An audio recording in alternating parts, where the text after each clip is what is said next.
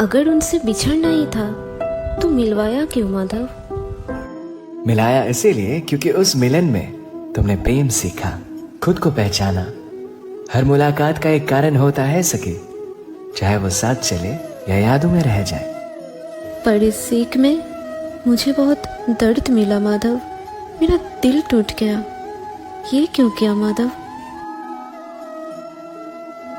दर्द ने तुम्हें अपने अंदर की ताकत दिखाई सकी। तुमने सीखा कि हर आंसू के बाद एक नई शुरुआत आती है। और जब तुम्हें लगने लगे कि तुम अकेली हो तो बस अपने दिल की सुनो। मैं हमेशा तुम्हारे साथ हूं, तुम्हारी हर मुस्कुराहट में, तुम्हारी हर दुआओं में।